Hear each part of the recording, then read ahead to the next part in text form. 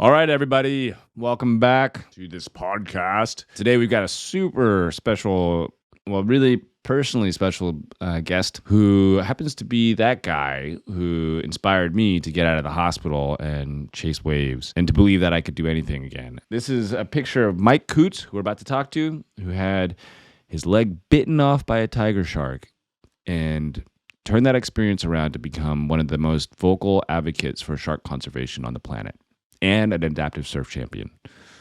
Let's bring on Mike. That moment of near disaster. And with difficulty, kept my course. Of chimpanzees in the wild. It was for us the pleasure of discovering.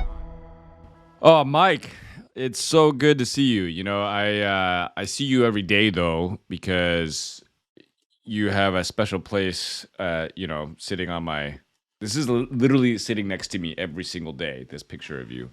But, we'll get into that in a minute and the significance of that picture. But I just wanted to introduce this audience to who you are and outside of that picture and what it means to me personally, and what you've been doing. I know that you've got this pretty incredible book that's about to come, or that has just come out, Shark. And I know you through maybe one of the most intimate and profound experiences in my life. But for the audience who might see this book and see a picture of a shark staring down, right down the lens, they might not at first glance understand the significance until they open a little deeper and realize that your personal story is so connected to this shark. What could you tell us about that full journey and what it really means to you? I guess I'd start off saying fate loves irony in a weird way. That the book, it's showing sharks in a beautiful portrait style. The irony is I lost my leg to a shark when I was 18. Fell in love with photography after the attack, wanted to shoot girls in bikinis, and studied everything I could to learn how to shoot people. And as life went on, I started falling in love with sharks. Brought my camera underwater and was like, heck, this is the greatest muse on earth. Forget shooting girls in bikinis. I want to photograph sharks. They're beautiful. They're incredibly difficult to find. And as a subject, they're everything I want. And it's been a really fun journey. My book came out September, and it's been a wild ride since then. Wow. But you kind of glossed over the one part of this, which is that you had a life-changing experience with a shark in a way that I think not a lot of people would intuitively imagine lead to a lifetime of being a shark conservationist. You were attacked by a tiger shark. And yet now you've put your life's work towards trying to make sure that these sharks are protected. What's going on there? How does that happen? It really has to tie, I think, to my backstory of growing up on a small island surrounded by a heck of a lot of water. I was born and raised in Hawaii on the island of Kauai, and as a kid, there's not much to do but be in the ocean. I think I caught my first wave at like 5 years old. Probably saw my first fish underwater about the same age. I got really into spearfishing in my early teens. I saw my first shark when I would have been 13. My What friends, was it? it was a reef shark. We would go down this little cliff area, and my friends, I was the rookie diver, so I had to hold the fish that we speared. And we did this one summer every single day, and we had our dinner that we'd catch hooked to a water jug that would float on the surface, and we could keep diving, and there was a rope connected to it, and they made me hold the rope. And I remember we were sort of ending our dive, and it was late afternoon, and saw a shark kind of swim right by me, and I just started screaming in my snorkel and panicked. I let go of the rope holding our dinner. I jumped onto this little cliff ledge. We all jumped on there and watched that jug go underwater, sort of like in Jaws, where you see the buoy go underwater, and it popped back out to sea, and that was our dinner. And I remember not being scared, just filled with excitement, and couldn't wait to go home and call my parents and tell them I saw a shark. And it was years later I had a much different shark encounter. I was on a bodyboarding team, and we had a coach and a bunch of teammates, and I had just turned 18, frothing to try to make a living as a professional wave rider. And we got down to the beach early one morning. This was here on Kauai. We've got a really good surf spot on the west side on a military base called PMRF. It's a Navy facility, and you can drive your vehicle right down to where you paddle out in 4x4. And I remember we got to the beach at about 7 a.m. and there was about 5 of us in the car, my coach and my other teammates, and we were pulled up and just frothing. The waves are going off. It's this right hand point break that starts starts on reef and ends up in this little sandy bay, and you surf in about 30 feet of water, maybe 100 yards offshore or so. And we were just so excited. Talking about really good waves. And we opened the car door, and I remember smelling this like really stinky smell, like dead fish. And we probably should have taken that as something was amiss, that maybe to slow down and look what's going around. But waves are going off. Nothing stopped us from getting out there. And we jumped in the water, and I remember like seeing the sunrise and thinking, oh, this is such a beautiful morning. And this wave came right to me, and there was a guy I'd never surfed with before, and he was right next to me. And I could tell he wanted the wave, and as we know, like in surfing, you don't really want to share waves, and it's pretty much the person who paddles first for the wave sort of has that dominance. And I remember thinking I better start paddling for this wave because I really want it. And as soon as my fingertips brushed the top of the surface of the water, a large tiger shark came from right underneath me and grabbed onto both my legs. I didn't feel any sort of pain. I just felt a lot of pressure, like you were sitting on my legs. And it was very obvious I was getting attacked. It was very visual. My legs were in its mouth, and I could see its nose, and it started clamping down harder and harder. And I started just out of instinct, I put my right hand in its mouth to try to get my legs out. That didn't work. It started lifting me out of the water and ragdolling me back and forth. And I remember this like really like swaying left and right.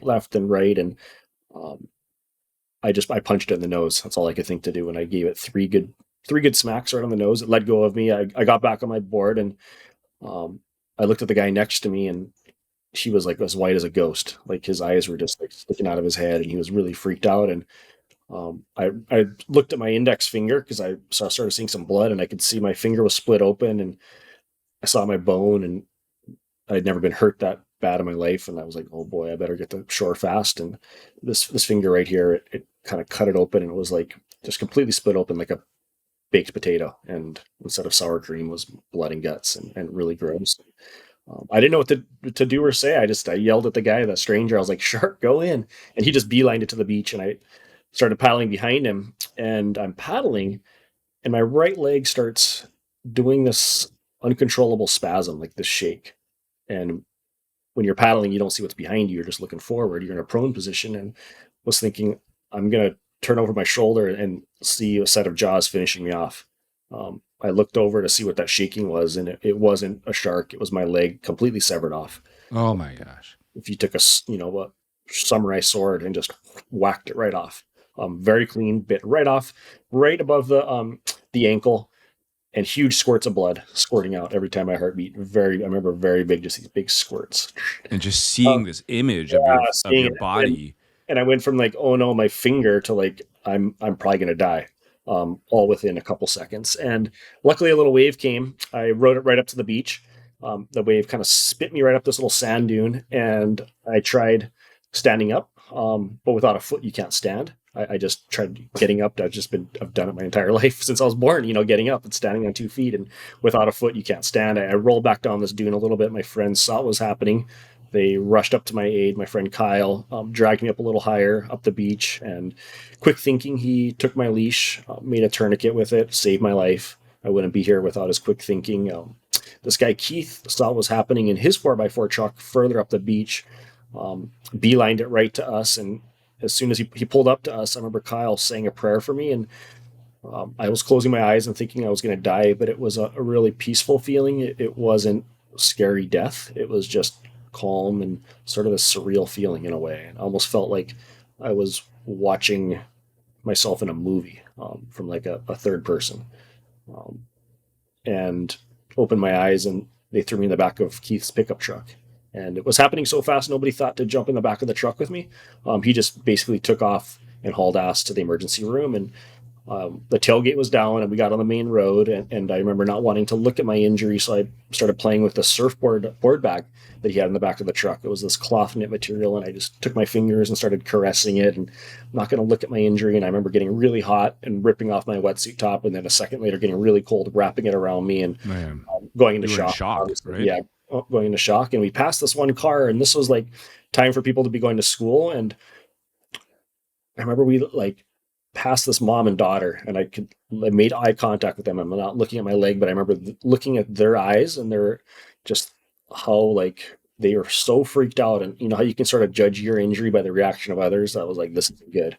Well, And they saw your body and you were yeah, missing your leg, and there's and blood blood had spurting been out. gushing out, you know, the tailgate, and we're passing cars, and I'm just laying there covered in this half sand, blood mixture, not with a leg. And we pulled up to the emergency room, and um, he had called, letting him know that we're coming, and yeah, I remember like backing right into it, going so fast, and we just stopped right before the ER doors opened, and um, the doctor came out, and he put his arm on my shoulder, and my body just gave to. I would have probably just been holding on for like medical help. And as soon as he touched me, I passed out, and I woke up sort of in this like lucid state, like this dreamy state, explaining that I got attacked. And I remember there was a light fixture right above me, and saying the nose was this wide, comparing it to the light fixture. And I passed out again, and I woke up even groggier in an ambulance. My dad's a paramedic and was his work partner, just so happened to be at the time, and him making like these funny shark jokes. And I sort of like did this like weird little laugh, I remember, and I closed my eyes again. And it would have been 24 hours later.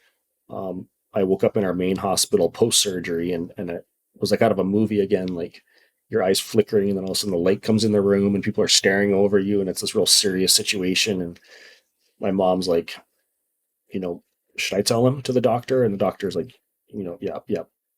You lost your leg to a tiger shark. And I was like, I know, I was there. I saw it come off. And then I think there was like this chuckle in the room, and they're like, okay, he's, you know, and I thought they were going to tell me I had 10 minutes to say my goodbyes. Oh, Yeah. And I was like, a leg came off. I'm alive. I woke up, and I'm, you know, I've got my family around me, and spent about a week in the hospital. I had a lot of people coming and going and visiting me, a huge amount of community support. And about 3 days into my my hospital stay, a guy visited me, and he would have stayed for like 5 minutes or so, very brief, and left. And he was wearing pants. And after he left, my mother was like, you know, he's got a prosthetic leg. That's what you're gonna have. And it like was a total light bulb, you know, life-changing moment for me. Like, boom! I had never seen an amputee in my life, living on a small island. I never knew even what a prosthetic was. I'd never seen a prosthetic. I thought I was going to be crutches bound for the rest of my life, and I was totally fine with that. But that, to have this thing that's going to help me get back in the water, going to help me go to work, going to help me like be, you know, have consistency back in my life and have that continuity. It was incredible. you know, it's hearing you say that now after having been friends for years now, many years. I've never heard you say that part before, and that really that hits home, because you were that image for me. You know, I remember very specifically lying in that hospital bed and not knowing, having never met an amputee before, what that really meant. Maybe other than in black and white Civil War photos and things like that, right? And then my buddy shows me this picture of you, and that's why it's framed next to it.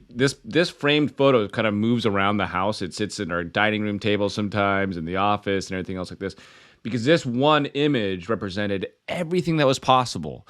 And it's an image of you riding inside the heart of a barrel with a prosthetic sticking out the back, in a way that just shifted my understanding of what was possible. And then I could move forward. For you, you had that guy who walks into your room. I also had a few people show up and bring a backpack full of legs. And there was one guy who rode horses, and you know, and it was like, oh my God, everything's possible. But you took it to another level. I mean, you became an adaptive surf champion of the world. You went and confronted not only your relationship to the ocean, but specifically to the thing that you stared down and watched ragdoll you on the surface of the water and rip off a part of your body. I mean, there's so much going on in that choosing to be the champion versus the victim, and yet, I don't know. Let's pull up a photo of you taking a photo with these sharks real quick. Like your work now is immersed in the moment, like as close as you can get to the moment that forever changed your life, and yet in a completely different context. You know, it's just such a metaphor for existence that I feel like everybody could use. But how does it feel to go from the moment where you're being, you're being almost killed, to this, where you're intimately in a relationship of care and love and expression with the very same animal in the very same context. I mentioned this the other day, and it almost feels like life in a way steers you in a certain direction. You got to be ready to take that road, to not say slow down, or let's take a U-turn or take a right, but we're taking a left, we're taking a left. And it's sort of like that guy visiting in the hospital. That was one pivotal moment. I had another one watching a documentary called Shark Water. I knew a heck of a lot of what sharks were doing to people like myself, and I really had no idea what we were doing to sharks and the importance that sharks played in a healthy ocean. I was watching that documentary by Rob Stewart that, again, like changed my trajectory. And then it was going to Congress and speaking to our senators and being able to get bills passed and having a good group of people around me, and seeing, and working with scientists and really learning like the science, and then being invited from, that experience, being invited to go shark diving, bringing my camera and having people that explain shark behavior to me and being like, wow, this is pretty dang cool. And just these different chapters in your life. It's not like I got attacked and I'm like, well, I want to be a shark photographer. Pull up this image. There's another image there where where you can see the shark head on with you, and you've got the leg out that was severed by a tiger shark. Is this a tiger shark? That is a tiger shark. That's the same species that attacked me.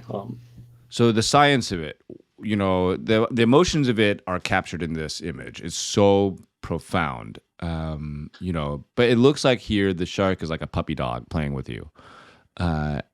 What's going on in terms of the science of their aggression when you were surfing on the water or when you were boogie boarding, what leads to attacks? And then in this context, what's going on here? Is there a completely different relationship?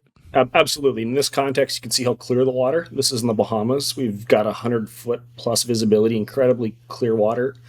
Sharks by nature are ambush predators. And that shark, I had done a lot of eye contact prior to putting my head in the viewfinder to take this photo. So that shark was keenly aware that I knew that it was there. So that element of surprise, that element of ambush is removed. So the sharks become much more, not friendlier, but the energy level really drops down. Whereas I was surfing, the sun was rising, so the visibility wasn't the best. There was glare in the water.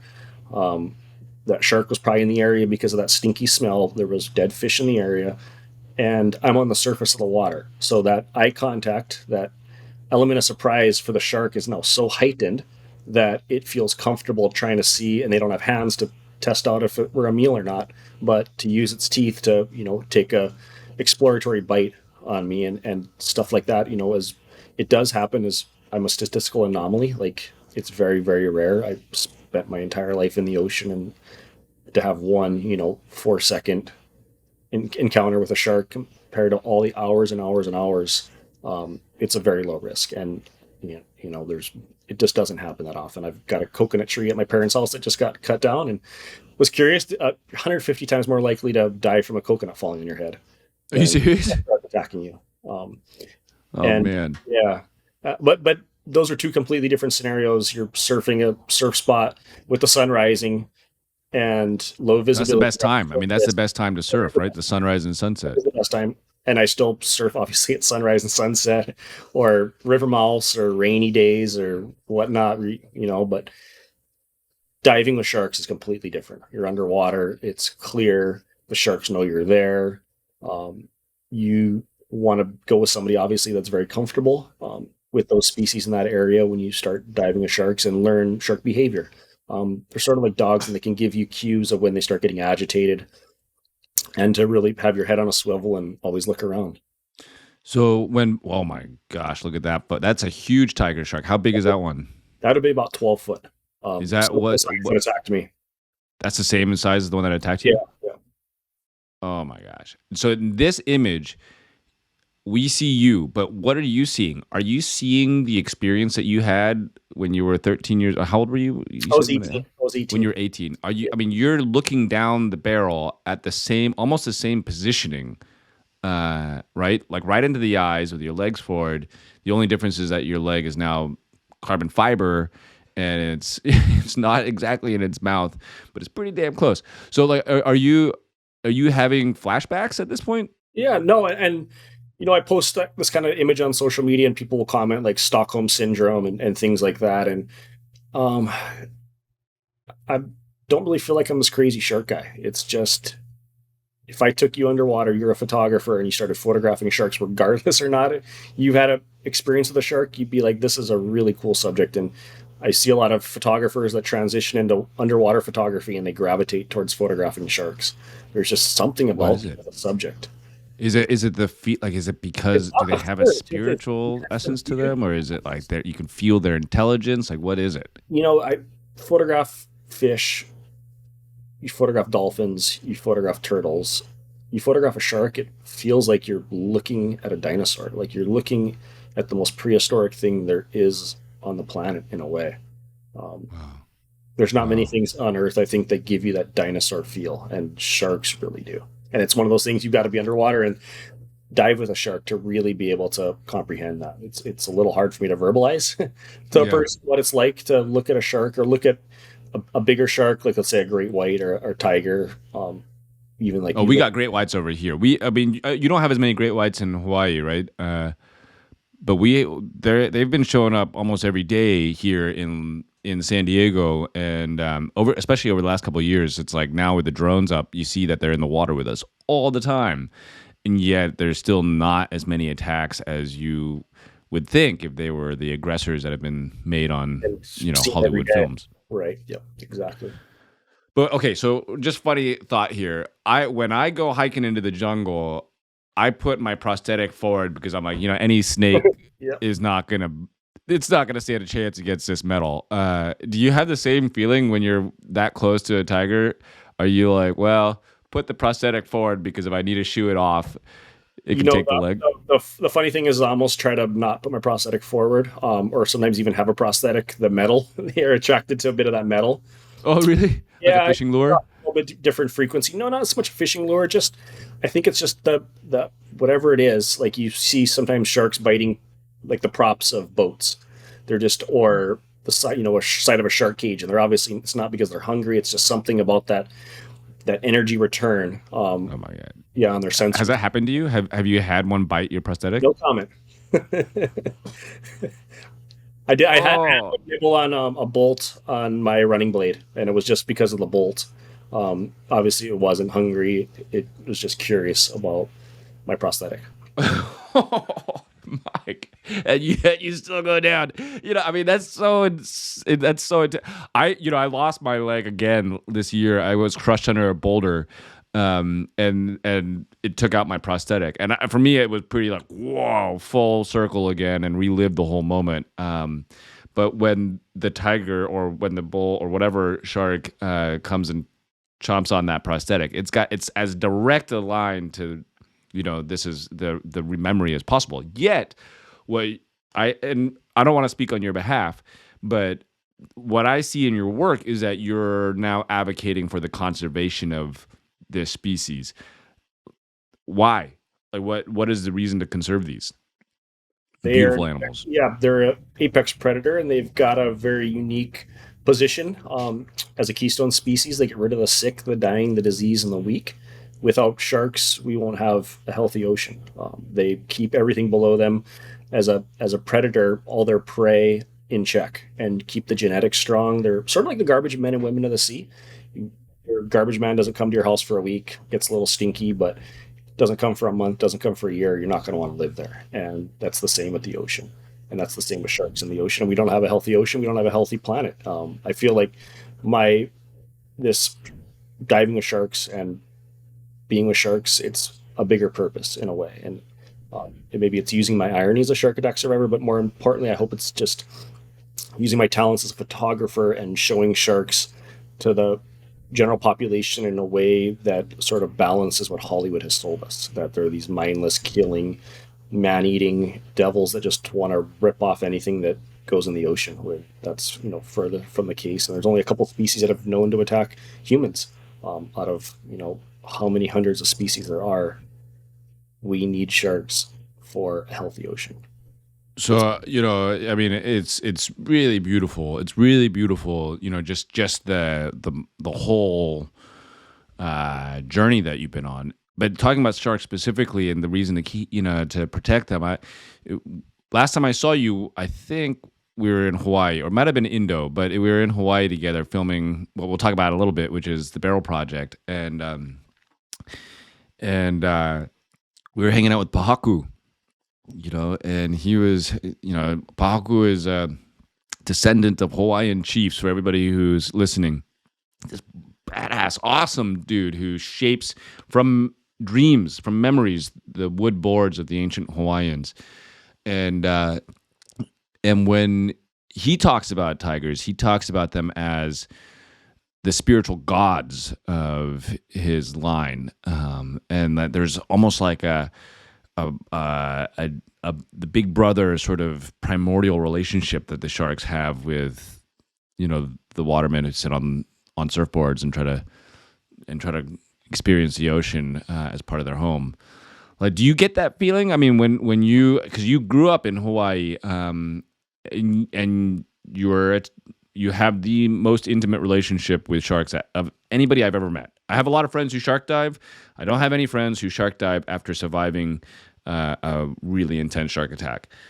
And yet you're also now advocating for them. So do you have that spiritual relationship where you see the shark almost like, I don't know, like a family member? Like what do you feel when you see them? For myself, not so much. And I see like Paku, it's an Amakua to him. It's their, family god, and a lot of their loved ones that passed away, they turn into sharks in the Hawaiian culture. And you look at sharks here in Hawaii and they're so respected. That's not the case for a lot of places in the world. And that's sort of a demise of sharks in other countries used, whether it's for shark fin soup, or recently it's been a huge issue as a bycatch for the commercial fishing industry. You buy something like a poke bowl and you don't realize that buying, tuna, that you could be helping kill sharks in a way. Sharks are a huge bycatch in tuna fisheries. And these fisheries, they're not all the same. Longline fisheries, they've got 30 plus miles of hooks, thousands of hooks, and you're indiscriminately catching everything that bites that hook, not just your target species, whether it's a tuna or a swordfish.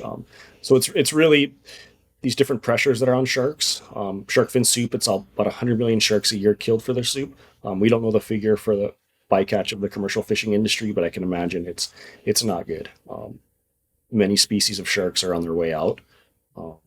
Sharks have been around longer than dinosaurs. They've been here longer than trees. They've been here when, we had major mass extinction events, and everything died off but sharks, and a couple different species. I think they're here for a very important reason.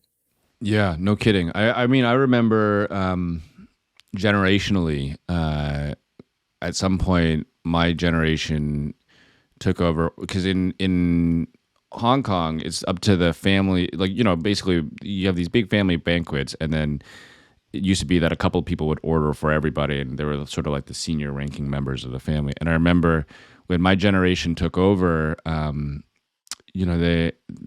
my cousin stood up. She was the oldest of the cousins, and she stood up and, she's like, she made an announcement that as this generation takes over this responsibility of like the honor of ordering the family dinner, that there would never ever be again any kind of shark fin soup in that traditional context. And it was a cultural shift.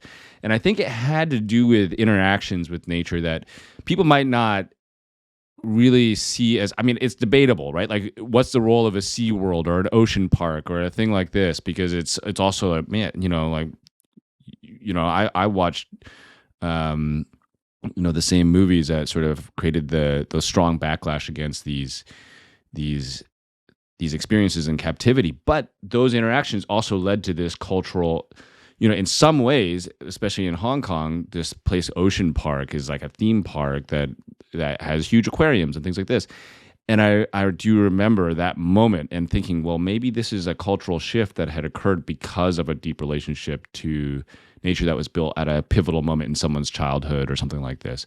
Are there other, how do you feel about that? What is the way to get people to care about something that is prehistoric and in a different element of, we don't live in the water. We don't see sharks on a daily basis. In fact, most people have never seen a shark.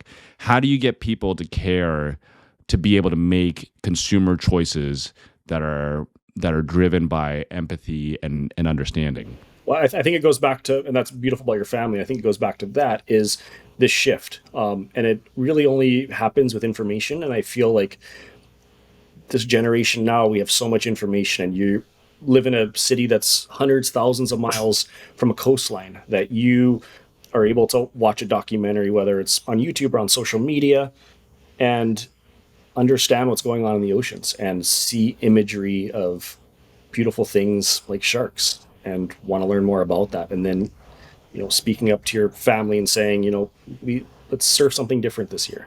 And it's really with that information. You don't have that information, you are just going to do what's been done forever in a way. So I think it's getting this information. And I'd say part of my purpose as a photographer and as somebody that wants to show sharks is to try to show, and it's a bit of a balance sometimes. And I've talked about this. I do photography talks of the ethics of shark photography, because it's very easy to get a photograph. Not easy, but it's easy to share a photograph of a shark biting something. Its jaws open, its eyes rolled back, about to tear something apart, and you share that on social media. That's what's going to get a lot of eyeballs, and that's what's going to go viral in a sense. But that's not really an authentic part of what a shark does. A shark does that maybe 5% of its entire lifespan. It's got its eyes rolled back. The rest of the time, it's swimming beautifully underwater with light rays hitting its dorsal fin or down in the deep. And I try to show more of those authentic stories of sharks, and not just what gets views, hits, and likes. Let's pull up the cover, Bear, of the cover of his book, because you picked this photo for a reason, to be the cover of your book. When you see this portrait with those light rays and that kind of funny smile, what do you want? I mean, what does that image say to you? I photograph sharks like I would photograph a person, and it maybe goes back to my background of studying portraiture for 4 years in art school. I gravitate towards using portrait tools. I shoot with a 50 millimeter underwater. It's a very unconventional way of photographing anything underwater. The majority of people use a fisheye. And I wouldn't shoot a person with a fisheye. It doesn't do any justice to what they look like. So I shoot sharks like I would a person. And when I'm editing the images, I'm looking for sort of a human trait, like a smirk, a smile, a bit of a catch light in the eye. There's a smile there for sure. Look at that guy. He's just cheesing. Yeah. When I edit the photos, I'd edit it like I'm a person as well. I spend a lot of attention in the eyes. There's a known artist here in Hawaii, Wyland, and he does these huge murals, and he says he spends more time painting in the eyes than any other part of an animal. It's because that's where the life is. And I really noticed that my first dive with great whites, that you see them in these scary films and in Jaws and other Hollywood films. Their eyes are death black. There's no life in them. And you see a great white's eye underwater, you're going to notice it's beautiful blue. Oh, really? Yeah. Do you see into their mind almost the way that you do in some? They've got rods and cones and pupil. I mean, just like humans. Wow. And you can look at them and you're like processing. This is 400 million years of incredible evolution, of just becoming one of the ultimate animals to ever roam Earth. You see that when you look into them. Mike, to be honest with you, I have always been a little afraid of sharks. And then meeting you and you becoming integral part of my own journey, I was, I'll explain that in a minute to everybody. But I actually got more afraid of sharks because I was like, oh, well, I actually know somebody who lost her leg to a shark. And then, and I surf a lot, right? So, I mean, you got me into surfing and now I surf a lot. So in California, we have the great white. And, and we have a zillion dolphins. So you see dolphins come up and you're like, oh, that's not a shark, thank gosh. But at the same time, every once in a while, you're like, well, I think I've seen it twice now. I've seen a big breach and a C shape out in the ocean and come down. And I didn't paddle in. I was like, well, okay, it's there. And actually the fact that I saw it made it less scary, right? And then there was this other moment where it was a epic surf day, like the best conditions, big waves, over in somewhere out of Malibu. and I'm paddling along, and I saw a huge fin come up, and I've seen a million dolphins, and you know the difference between a dolphin fin and something else, uh, and somehow seeing it go by pretty close, like probably 30 feet away, it made it feel safer. I don't know why. It's like just knowing that I've made contact and we all know each other are there. It's better than the mysteriousness of not knowing. I don't know. Am I just completely delusional here? Like, what's going on? It's kind of goes to that's sort of what makes sharks sharks, and I think that's why a lot of people are scared of them, is because the ocean can be dark and deep, and you walk into the sea, you really don't know what's under there. And to have something with a big set of teeth that's big and powerful, with that element of surprise, it's almost like you're walking around a corner and that person that could be right behind that little turn. But if you knew they were there, that you're not scared. And the ocean, you're always having that element of not knowing they're there, because they're just, and that's, I guess that's when you're surfing, when you're diving, and that's why it's so much different. Well, I Because mean, I feel like we've already taken a bunch of the podcast towards this part, but it's so important. I feel like your message around conservation is so on. It's so profound because of your journey with it, and your relationship to nature in general has been something that's inspired not just me, but many, many others to think differently about the oceans. But it's not just sharks that you take on; it's waves. And I want to pull up a picture that you took recently that we just pulled off of your Instagram, I think. And this is from your monochrome gallery that you threw up, and it's one, it's one of many, but I don't know who this is, but it's somebody dropping in on a pretty big, looks like I don't know, how big would you say this in Hawaiian? that's about a 20-foot Hawaiian wave. That's at Waimea Bay during the Ediacara. That's a Maui surfer, Billy Kemper, one of the best big wave surfers to ever walk the planet. And all these images, they're shot from a helicopter. It's a really fun way to photograph big waves. Oh my gosh, look at that board. Look at that, guys. It's dropping straight in. I mean, that is an epic shot. Let's go to the next one real quick just to get another feel. I think you got one of, did we pull in the Kai Lenny one? Yeah, that one. Let's zoom in on that. So Is that Kai Lenny? That's Kai Lenny. That's on Maui. Oh my gosh. Okay, so for people who don't know, Kai Lenny is would you say he's probably one of the most radical big wave surfers of our generation? Absolutely, and one of the most innovative, and the different disciplines that he does, from windsurfing to kite foiling to wing dinging to shortboarding to longboarding to stand-up paddling to foilable, like everything. Look at that wall of water. I mean, look at the wall of water coming over his shoulder, and yet he's catching air like it's nothing. He's about to do it. He does these 360s off of these 30, 40-foot waves, right? What are the consequences of a wave like this? In terms of if you fall, can you tell everybody? Because you're in it way more than I am. Yeah. What happens? Yeah, I mean, it doesn't usually end too well. A lot of these guys have some of the best. They've got water safety teams. They've got really good training. They've got some of the best equipment. A lot of them use impact vests or inflatable vests. But if you were just an average person doing this and were to get this wave on top of your head, it's not good. These waves are very massive, some of the biggest on Earth. But these guys are the top athletes in the world, and they know what they're signing up for sure. Where is this? This is at Jaws? It's at Jaws, correct, on Maui. Oh my gosh. Okay, well, how big is this wave? What would you say the size of that wave is? This wave is probably about 20, maybe a little bit bigger than 20-foot Hawaiian. So 20-foot Hawaiian is 40 to 50 feet top to bottom. So if you were to take a measuring tape from the bottom of that wave to the top of the wave, man. Look at that. And you're on a helicopter there. Yeah, correct. So have you ridden a wave of that size? No, I have not. Oh my gosh. I just can't. I mean, the wall of water is so intense.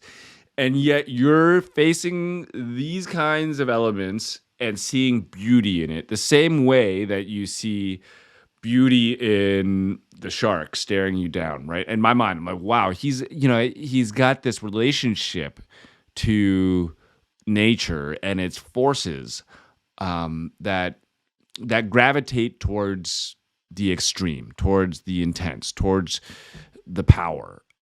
do you make that connection at all between big wave photography and big So shark photography? definitely my two favorite subjects, and it's, you know,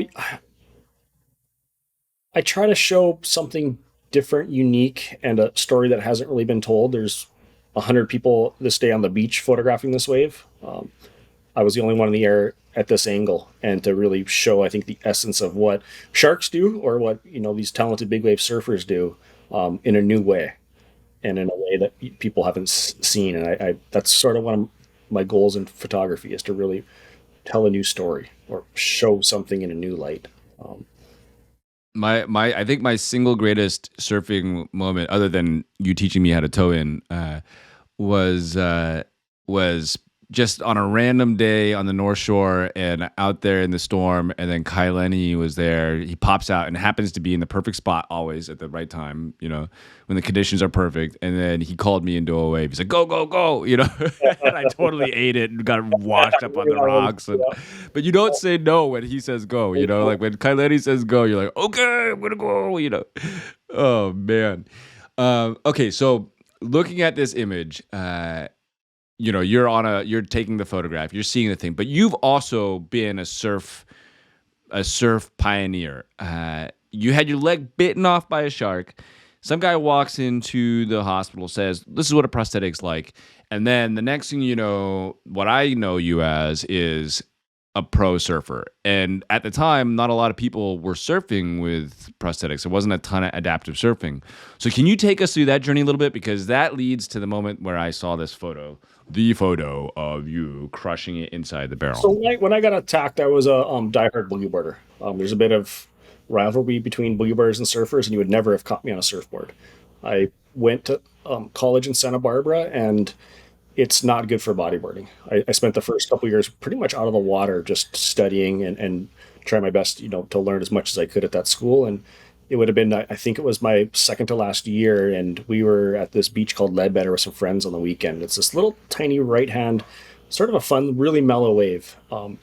And I had never thought about taking my prosthetic in the ocean. My prosthetist, I didn't have health insurance, and he was sort of giving me freebie legs and kind of hooking me up on the side, and just told me, "Don't take it in the water, whatever you do.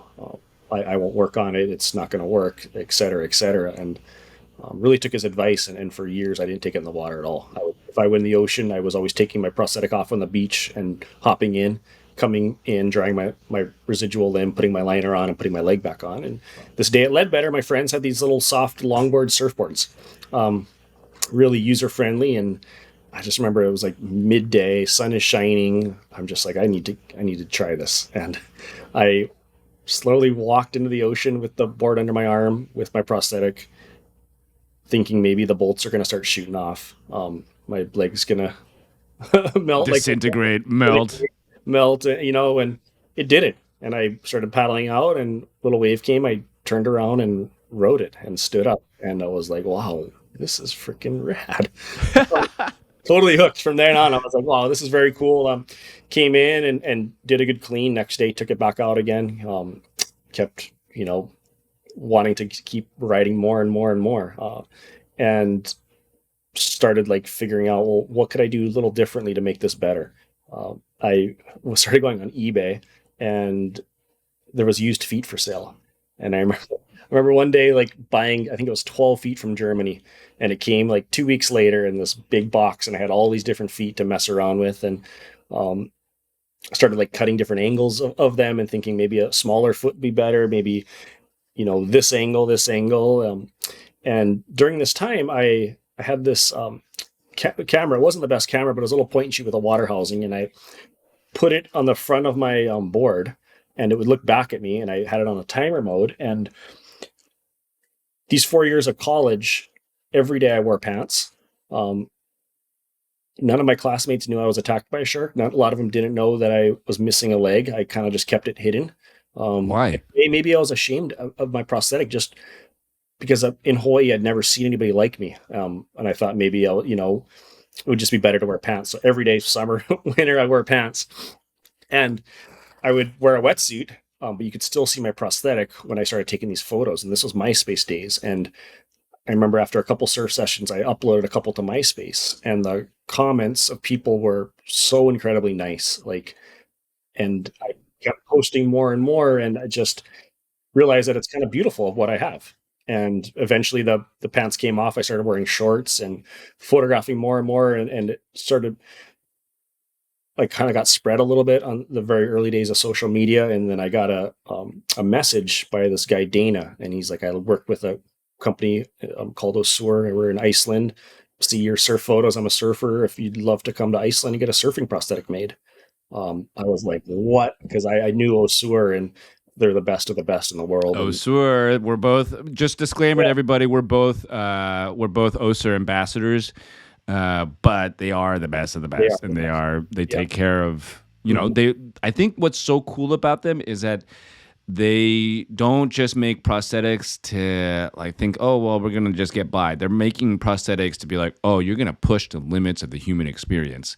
You're going to be surfing big waves. You're going to be climbing mountains. You're going to be doing whatever. And they've always, and like a really good point to that of that trip to Iceland, I went there to get a surfing prosthetic made, and I was so incredibly thankful and excited. The very last day when they make as we know, when they make a prosthetic, they take a mold of your residual limb, and then they fabricate that into carbon fiber, and then they add the components like the Osur feet and things like that. So they had casted me for a surfing leg. And the very last day, this wonderful lady named Vala comes out, and she's like, we made you a running leg as well. And I had never ran up into that point since the day probably before I got attacked. I couldn't run without insurance. I had really bad prosthetics. I had a really bad limp. I had missed flights because I couldn't run to the gate. I couldn't run. I would do this weird like 2-hop step thing. I know that one. Like a couple, and then I would skip. stop. It's like a skip. A skip thing, and I couldn't run. Last day in Iceland, she's like, here's this running blade. And they had a running facility. I put it on, and I was so nervous because this would have been about 15 years of no running. And put it on and just started doing my little hop skip. And then I was like, wait a minute, I can run. And then that hop skip went into this full blown run, and that light and everything. It was such a beautiful feeling. Oh my God. You're reminding, I feel like you're describing. I feel like you're describing that moment with Forrest Gump where he's he's like in his braces, and next thing you know, he's like, and he's running down the field, and everything's flying off. Yeah, it was crazy, and I'm tearing up. I called my family back home in Hawaii. I'm like, I can run, because people had asked me, what can you do with your prosthetic? And I, up to that point, say pretty much everything but run, and that was true. And now I felt like I could do everything my able-bodied friends could do. And I flew home. I got in late that night. I remember going to sleep, and I was going to go and wake my parents up the next morning and show them I was running. And that night I had a dream. That was the very first time I've ever dreamt that I've got a prosthetic leg. I always dream I have 2 legs. And my dream, I went to my parents' house to show them I could run, but I couldn't run. And I kept doing this 2-hop skip thingy and telling my family, like, I promise you I was running in Iceland. Let me try it on the concrete. And I still was doing this 2-step hop. Let me put shoes on. And I woke up like early morning in this cold sweat. Like, was this all a dream? Like, completely surreal, crazy. And I went straight to my parents' house, woke them up literally in the dark. My dad's like outside on the porch, and I start running around the house, and he's like in his underwear with his little flip phone filming me as the sun's rising. Oh, that's so I know that feeling, right? Because I've got a running foot made for me probably like 4 years in as a gift from Peter, our prosthetist, and I remember for the first time being able to run and have a race in the park with my kids. And I remember after that literally crying, just crying, because it's this gift, the things you take for granted, right? And all of a sudden they're back, and it's like, what? Yeah. Like I hated running when I was younger, and it's taken away from me for that many years, and you're able to get it back. Like, I run all the time. But it's funny. I never thought I would want to be a runner. I'm going to Iceland in 2 weeks. No way. Oh, so awesome. Yeah. So I'll just have to say, you got to send me the list of people to say hi to, and see if I can. I will work the magic to get a new running leg. But it's cool because it's actually part of a bigger thing. I just recently, on this podcast series, in one of the earlier interviews was we had this interview with this person, Dr. Melandri Vok, who was the what would she call herself? A bioarchaeologist? Is that right? She did the forensic archaeology on a 31,000-year-old skeleton that was found in a cave in Borneo that had the exact same amputation as you and I, below the knee on this leg, right? I think it was actually your left, right, or you right footed? Right, right. Right, yeah. So it was a left leg, but Okay. 31,000 years ago. And then based off of the analysis of the bones, you can see that amputee survived and lived for another 9 to 10 years. Wow. And this is with stone tools. So this is like, you know, like a blade like made out of stone to cut off our limb. You had a shark, I had a surgeon, all these different things, but not a stone tool. I mean, that's pretty gnarly. So, you know, part of me when I think about this, and I think about why this relates to my, you know, experience in Ösur in Iceland, is that we depend on community, you and I, right? Like, there's something about our journey which has been so profoundly driven by whatever's happening inside, but also this major thing on the outside, which is that just like that kid in the cave who survived 31,000 years ago, it was because of community that decided to rally around that person and change their dynamic that allowed that person to go and live beyond that moment. And for me, I know that this has been so true. And I know the same for you as well, because we've talked so many times in the past about the role of community. And when I go to Iceland, I'm like, well, this is the modern day cave support that got this kid, you know, from that moment of whatever that trauma was to be able to live on. Life, yeah. Yeah, I mean, you should come with me to Borneo when we go to this cave. It'll be fun, and there's some surfing out there too, right? So I assume. But I wanted to, you know, relate that story because it wasn't just about the people that took care of the cave. It was also the guy who walked in, you know, into your hospital room. And it was about, for me, the person who showed up, a friend of mine, Brent, who showed up and brought this photo and said, hey, this is what's possible. Let's pull up this photo real quick of you inside the barrel. Okay, so getting back into surfing. Okay, this image is the image that popped up for me. It's you. You're doing a move called pig dogging in surfing, right? Where you drop at your knee and you're kind of low on the board, and you're hugging, you know, the inside of this barreling wave. I grew up in Santa Cruz, California, so I grew up staring at posters of people surfing, you know, on the walls of the Long's Drug Store or the you know, everywhere. It was like this is the essence of everyone's quest as a kid. This one image shifted everything for me in terms of what was possible. But this also is bigger than just my own story or your whatever. Like this is an experience that has driven countless people to become obsessed with surfing. What is it that you're experiencing when you're inside the heart of a barrel? I've heard it equated to a time machine. I've heard it equated to an altered state of consciousness. Like, can you tell me what it feels like to tuck in and hold into a barrel? One of the best feelings on earth, easily. It's a time travel. You're literally not under the ocean. You're not on the ocean. You're like in the ocean. Like I don't know how to explain it. You're like really in the very essence of like, ask anybody to explain a barrel. Like people start to explain it and they just stop and they're like, like you're about to do right now. Yeah, it's like, what is it? There's to be in one, like it's almost like shark diving. Like you can watch it from the beach and be like, oh, that looked kind of cool. But when you're in it, you're like, oh, this is like next level. And I'm, you know, as a kid, like your first barrel was like a huge stepping stone. Because you'd see pictures of people in the barrel and you'd always think, well, one day that might be me. And to like see the wave fold over you, and it's just this amazing, beautiful, and sometimes you come out, sometimes you don't. If for a maneuver in surfing, it's one of the most difficult. It gets the highest scores in surfing contests. You ask pretty much anybody what one move, if they could do the rest of their life, it'd be the barrel. More than what do they call it? The crystal, the crystal room. They call it the tube, the pit, green room. Yeah, in the slab, in, you know, everything. getting shacked. You're in a shack. Yeah. But what is the sound? Can you describe the sound inside the heart of a barrel wave? It can be as silent as you can imagine. In certain waves, it can be the most violent if the wave is spitting. That's when the energy compresses in the barrel, and then sort of this residual sort of wash gets pushed out like a cannon, and all that energy gets expended out, and you come out with it, hopefully. That can be very loud. It really varies. Every barrel's different. Bear, do you think we can look up online if there's a photo of Mike from the forward facing so we can see his face inside this barrel? Because I see this image of you. Yeah, and I'm just like, oh my God, I need to know what that feels like. And also it was this affirmation that I could live a full life after they cut my leg off. I was profoundly moved by this image.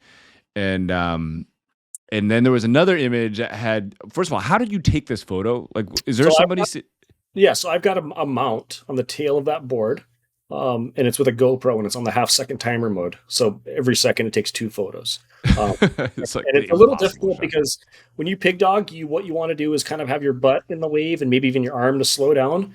With this angle, if you touch that face of the wave, all that spray gets thrown into the camera. So it takes kind of a certain way of riding the wave into the barrel where you're trying to get really clean and not touch any bit of the wave so that you have no water spots over the lens. Okay, well, I'll try to remember that. But the truth is that when I've gotten close, and you know this, when I've gotten close, it's just like time does slow down, but also everything's happening almost instantaneously. You know, what might feel like 20 minutes as an experience in my mind really took place over the course of a few milliseconds, right? You're just reacting. You don't have time to really like think of what to do. It's just all reaction. Yeah, no kidding. But somehow there's this feeling of flow, like a flow state, right? People talk about flow states. There's a famous, I think he was, what was he? Was he a cognitive scientist, Michalik, who coined the term flow state? And it's this thing where you're no longer thinking, you're no longer sort of making conscious decisions about your movements. You're literally in a state of flow with whatever's happening. And when I see this image, if we can pull it up, of Mike with his face staring back at the camera, I see a moment of flow. Like what are you experiencing? Do you know? Like when you're in the barrel, anybody that's ever been in the barrel, not one person has ever thought about paying bills, about what's going on with the rest of the world, what's going on with anything but being in that barrel. Your mind cannot think of anything else. The only thing you're thinking about is what's going on right in front of you and hopefully enjoying the moment. That's why sometimes I like really clean, smaller barrels, because you can really enjoy it and you're not just so focused on trying to make it and not hit the reef. Yeah, hitting the reef is pretty rough, especially in Hawaii. I've got scars on my forehead and on my chin from the reef over that last couple of trips I took with you, but it's all right. And then you got to get out of the water because you're basically a bleeding target for the friendliest predator in the world. But then if we can find, I know it's on the internet somewhere because there's incredible photos of you. I got Barry here. He's producing in the background, so he's looking up photos. But there's one, I think, of you smiling inside the barrel. And there was this anecdote that you taught me not too long ago about that transition. Because here you're grimacing. What happened? What was the thing that you? It's so poetic. Yeah. So when you start filming yourself with the GoPro, you see your face, you realize your expressions and how intense you can be. And I noticed when I started smiling, my surfing got a lot better, because when you take off and you smile, I think your body gets more relaxed and you're able to sort of adapt and contour and get in the flow of the wave and the ride. When you're stiff, you're much more likely to fall over. So I've noticed by taking off and smiling, it's helped my surfing. I mean, for me, that's the metaphor of life, right? I had my birthday recently, a couple days ago, and I just put it out there where I said to my social media audience, everybody, this incredible community of people that I can communicate with, I said, my birthday wish is just to smile. And I know that it sounds like maybe almost too positive, but actually just choosing to smile, you see other people responding and smiling as well. And also in you, just choosing to smile as a conscious decision changes your everything, right? Let's see. Oh, is that still a grimace? That's a pretty good stoke. Look at that stoke on your face. Oh my. Let's zoom in on his face there. This is such a good face. Okay, so when you smile, what happens to your body? Have you ever thought about the science of this? What's happening? No. I mean, you must relax. I think it takes more muscles to frown than it does to smile. There you go. What a statement. I've always thought about this as the greatest metaphor, that when we ride these waves, metaphorically or literally, you can choose to frown and grimace through the scary parts, or you can choose to smile through it. And, when you're smiling through it, you're in a deeper state of flow than when you grimace. It's exactly what you said, right? And look at you, man. You got your hand out. You're almost like, wait, you're making the shaka sign right now. Look at that. It looks like the shaka, but it's a piece. It's a peace sign. You're peace signing. And you're just pumped. Yeah, I mean, that's contagious, that smile, right? That level of stoke. That it's a thing we need in this world. But also, we all face those metaphorical moments where we have a decision to smile or grimace, and it does something inside, right? It's just, why would you be frowning? Surfing is so fun. It's also scary. I mean, I've gotten my butt kicked. This image changed everything for me. I see this image, I get out of the hospital bed. The next thing you know, the very first day I get out of the hospital, my friends take me to a thing called the Challenge Athletes Foundation Triathlon. Now, for people who don't know the Challenge Athletes Foundation, they're an incredible organization that really tries to create more images like this, right? Like more photos like this to spread to the world. But they also give people the resources to take back an active lifestyle after a moment that's changed everything. And the very first event that I was brought to by my friends in a wheelchair was this triathlon. And you happened to be there. I think there's a photo of the first time we met. So Andre is one of the guys who showed up in my hospital room with a bag full of legs and said, "This is what's possible." And then there you are, and this is maybe September, October of 2016. I am literally, after months in the hospital, still getting the pain meds out of me and all those other things. And then I see you two. And I think I remember the first thing you said to me is, "Hey, you know what? We'll be surfing together one day." And oh my gosh, there we are. We're all together in the North Shore of Hawaii. And we're filming a doc that's going to come out. It's a little feature doc that I'm stoked about called The Barrel Project. It's a working title. But it is a journey where you and I have traveled between the North Shore of Hawaii all the way out to the islands of Indonesia, in a full circle quest to try to realize what it would feel like to be in that barrel wave after that was the thing that got me out of the hospital bed. But also the metaphor of it being this larger sort of thing in life where we don't get to choose what waves come. You just get to choose how you ride them, right? And you ride them with a smile. Man, I miss going. Let's pull up that image right there. So this is an image of us in Indonesia where we're cruising around looking for waves. And what a moment. Yeah. Let's go back, Mike. When do you want to go back to Indo? Tomorrow? Tomorrow. Right now? Let's go right now.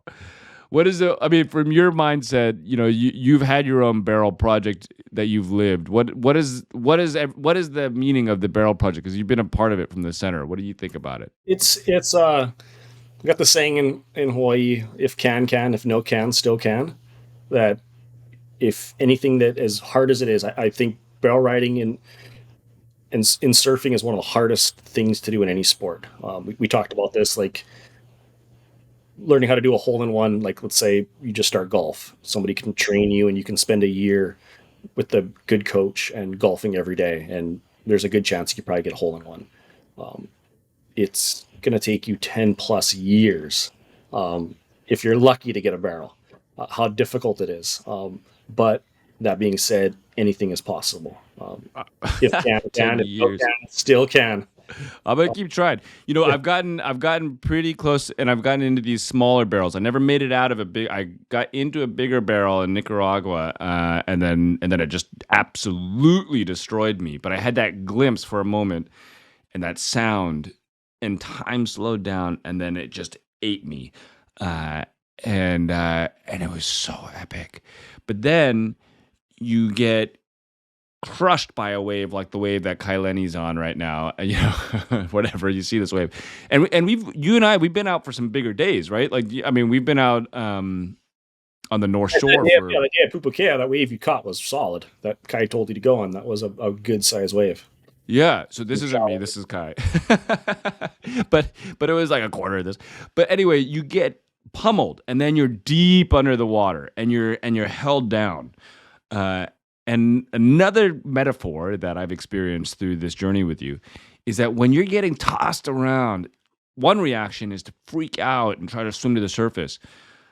But that just takes all the energy out of you. And what could be 20 seconds underwater feels like a lifetime. But what do you have to do when you're crushed underwater? It's not freak out, right? Like, what do you do when you're taken down? It's completely relax. Hopefully you got a good breath prior, but if not, you just relax. The more stressed out you are underwater, obviously, the more consumption of oxygen you're going to use and faster, and maybe make bad decisions underwater. It's better to just relax. You can look at any big wave surfer. They do breathing exercises. They know how to really calm their breath and calm their mind, I think, especially on those really bigger days. And then and then the wave passes. And you rise to the surface, and another wave comes and takes you on the head, and you're down again, but you got to stay calm. And it keeps on. They come and they pass. They come and they pass. And it's just, that's it in life, right? They come and they pass, and you got to stay calm. You got to smile. Have you ever had the leg rip off in a big wave? I have. This was when I wasn't partnered with Osur, and it's when I didn't have insurance, and I had one prosthetic, and fell. It was Christmas Day, and I fell in a really small wave, and the leg came off and couldn't find it. My family came down to the beach, and we got masks and snorkels. I had a friend with a boat and spent all afternoon trying to find it. The prosthetist was out of town because it was the holidays, and I was like, well, it's going to be months before I, get a new leg, because we know how long it takes to get them made, and I was just heartbroken. Next day, I get a phone call from a friend saying I found her leg. He was doing surf lessons and stepped on it. Further down the beach where I lost it, and was like, what's this? Pulled it out, and it was my prosthetic, and got it back 24 hours later. Oh man, that's so good to hear. I've lost a couple other ones that I haven't found.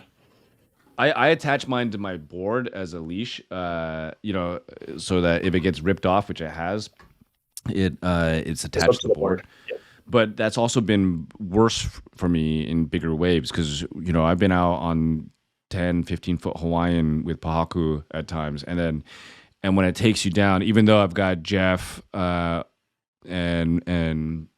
Nolan and the crew from the North Shore lifeguard team on jet skis to help me out, when you're down on a big wave and you're being dragged by your board underwater, it actually holds you down longer, right?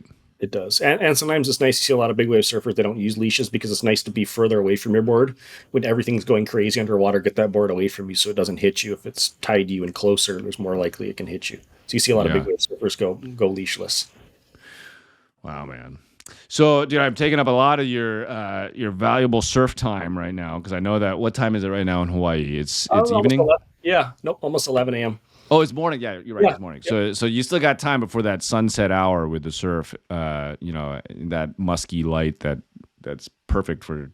Anyway, not gonna say that out loud, but it's been a while since we've surfed together. I filmed Lost Cities in between Lost Cities Revealed, and I've been on a bunch of different sort of personal journeys. But now I'm like, okay, it's back to getting that huge barrel again and finishing the barrel project the right way. I want to experience that thing that is that vortex and feel the flow state. But more than anything else, I just want to know that I made that promise that I made when I got out of that hospital bed, the promise I made to myself when looking at that image of you, I would make good on. For me, when I talk to you, every time I talk to you, I'm reminded about that. And I'm just grateful. I'm grateful for you, Mike. We're putting out this podcast in a little bit, and I want to say thank you to you as a friend, but also, do you have anything you'd tell the world in terms of what you care about, the actions that we could take to make good on your quest to protect these charismatic creatures of the ocean, or any other insights you want to leave? Yeah, from a health of our oceans and the health of sharks, just be mindful and conscious of where your money goes when you buy seafood. What should we look for? Should we look? Is there like a I, mark I would that? say a good one is if you love seafood, to buy fish from the guy that takes out his boat during the day, the guy that's down the road that's got a cooler selling fish on the side of the road. If you're in the middle of the country and you want to eat fish, maybe stay away and reduce your consumption of fish, because it's you're just putting money into that commercial fishing operation that's not really good for our oceans. Are there sustainable ocean? There is, and you can Google this, and there's a lot of really good information out there of what types of fish are more sustainable than others. But I would really say is try to have your footprint the smallest as possible. Buy directly from the guy that just went out fishing, and not these bigger industries. Also, not consume shark fin soup or any products that have squalene. A lot of cosmetics have shark products in them, and just be conscious of that. What cosmetics have shark products? They do, yeah. Squalene? What is that? Squalene, it's a derivative from shark, and it's used in cosmetics. Not all cosmetics have it, but some do, and you can easily find out that information before you make your purchase. Does it say it on the cosmetic package? Yeah, and sometimes it's hidden, but you can do. There's a lot of different organizations that do a lot of in-depth research on what companies and what brands use it and what products of those brands. Well, definitely going to do that. It's an easy, important message that you're delivering. But what I also want to say is that when I look at you beyond just a conservationist, I see somebody who is a champion of their experience and a champion of the hidden messages in moments that happen to us that don't necessarily seem obvious at first, but might be there if you choose to have an open heart and an open mind and an open perspective. Some people might look at us and be like, poor them. Woe is them, and feel sorry for us, but I'm sure you feel the same way. Like, I feel like the luckiest amputee in the world in some ways. Like, we have incredible lives. We're able to, be impactful to the planet, to other people, have a purpose. It's like sometimes this journey chooses us, and it's beautiful, and you just got to run with it, and have a smile on your face along the way. Yeah. Well, I'm going to Iceland in 2 weeks, so I'm going to experience that running joy that you that you talked about. But it's true, man. It's true. And I always think about you, and when you told me to choose to smile, because then you can ride those waves, and you can ride them in a state of flow that just feels like pure magic. All right, everybody. This is Mike Coots. How do they find you, and how do they find the book? What's your social handle? And Instagram is at Mike Coots. And I would say my book, Amazon. Shark Portrait. And I'm gonna get that book. I gotta admit that I still think that maybe the full circle journey will be for us to shark dive together, even though I'm pretty scared. But I'm coming for it, and I'm gonna come out to Hawaii with you and do that as part of the Barrel Project. The next thing you know, look for us. We're going to be out somewhere in the world, Mike and I, surfing and shark diving on I don't know, somewhere. But maybe also, more than anything else, I'm just proud of you, man. You're an example for all of us, and you made a huge difference in my life. And that's why you join me for dinner every single day. And my kids know your story in and out.